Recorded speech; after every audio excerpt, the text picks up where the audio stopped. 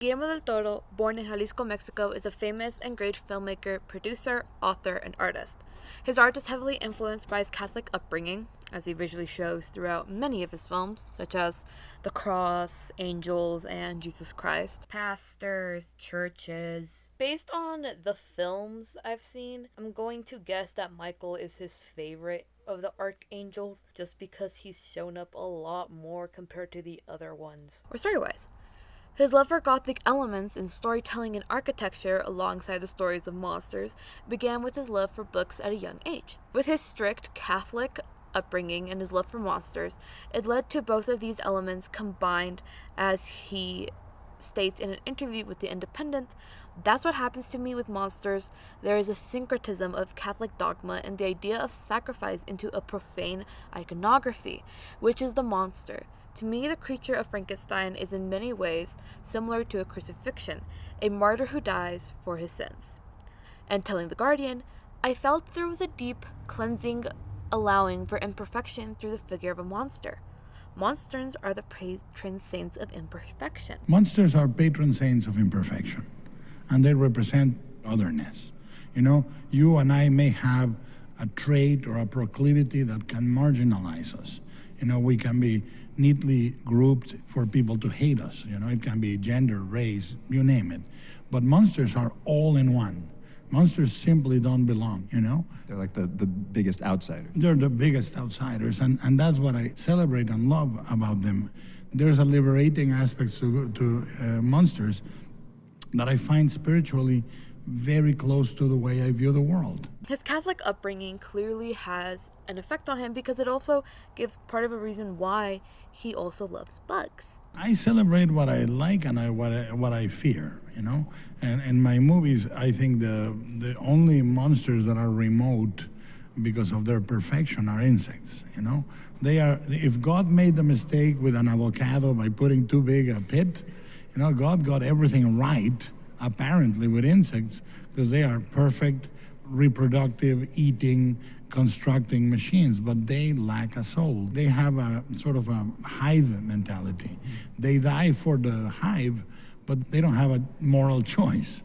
They represent uncomplicated, horrible, unstoppable nature for me, and they are perfection, but they are not a perfection that is pleasing. I am a lover of imperfection, and I celebrate it. Why? Only because it's a standard we can all live by, I think imperfection is a highly attainable goal, whereas perfection isn't. It isn't. Guillermo del Toro has plenty of other quotes where he talks about Catholicism, but I found these to be the best as it shows how it has impacted his work and how it intertwines with how he sees his art. Thus, death, life, and love become reoccurring themes in a lot of his movies to discuss socio-political issues such as war and fascism. The themes of death and life reveal the essence of humanity, both the good and bad, such as Pinocchio. Oh, it grows. You are weak. You are no son of mine! And Frankenstein. He also has themes of rebirth, which is that Catholicism kicking in again, where, of course, you can see it in Pinocchio, where Pinocchio is able to come back to life, and then also Kronos, where he has also the ability to come back to life and be reborn. Or the innocence of children, specifically in Pan's Labyrinth, Pinocchio, and El Espinazo del Diablo. Death's inability and how his natural course in life, also influenced by his Mexican heritage, through movies, namely Pinocchio and Kronos. Love in the face of imperfections found in Kronos, which is familial love, The Shape of Water, and Frankenstein. These themes can be further driven by one of his oral hallmarks, which are his use of sound to blend the realistic sounds, the actor's huffs and puffs, and music to further drive the story and have the audience feel as if they are right there alongside the characters. Which made it all the more disgusting watching Mimic because of the squelching sounds, and it also just made it more like icky, because you can hear the actors breathing and huffing and puffing, and then when they would stop breathing, you would stop breathing, but the clicking noises sounded a lot familiar to Alien, so I wonder if for the sound design he referred to Alien for the cockroach sounds.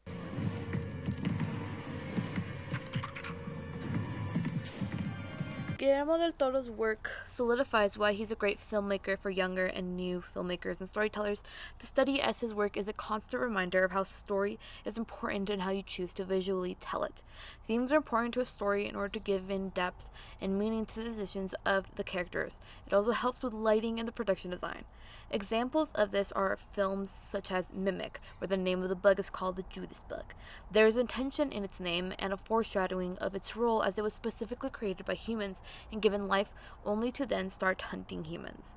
Visuals are equally important in telling the story, in order for the audience to understand the world the characters are living in, without having to use much dialogue or explanation.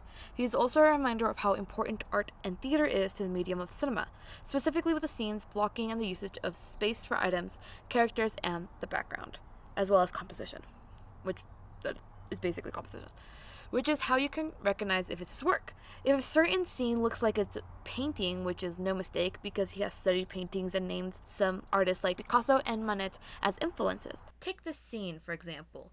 Doesn't it look familiar? Has some gothic flair, either visually or story-wise, and if the story is clearly anti-establishment. Also, he's either going to make you tear up and cry, or you're going to have a good time. As well as visually, if you can see something relating to Catholicism or bugs. I would say that another filmmaker who is similar to Del Toro is Tim Burton. I say this because he also clearly has a love for gothic themes and architecture, but he also has a very distinct visual style with the way he builds his worlds. They both also know exactly what they want their films to look like. If I were to recommend a movie for someone who wants to understand all of his work without having to watch every single one, I would say Pan's Labyrinth.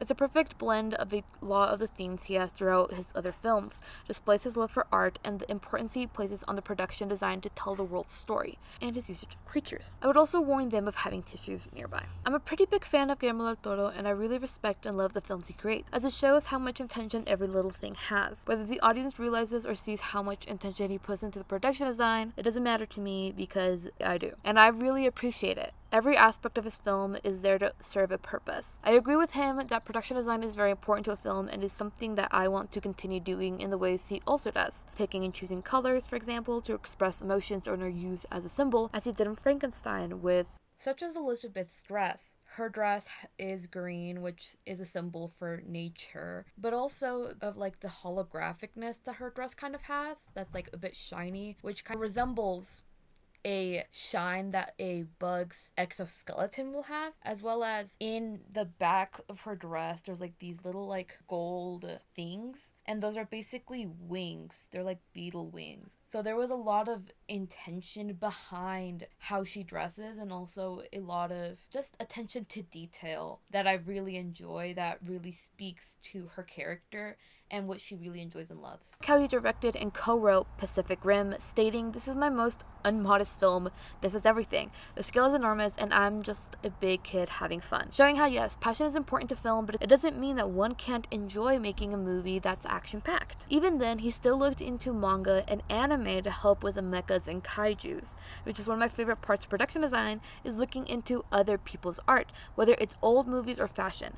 Del Toro has made me realize how true the statement, "once a Catholic, always a Catholic," is, by his statement of saying how Catholicism brings in beauty and gore, and seeing how he incorporates such elements into his art.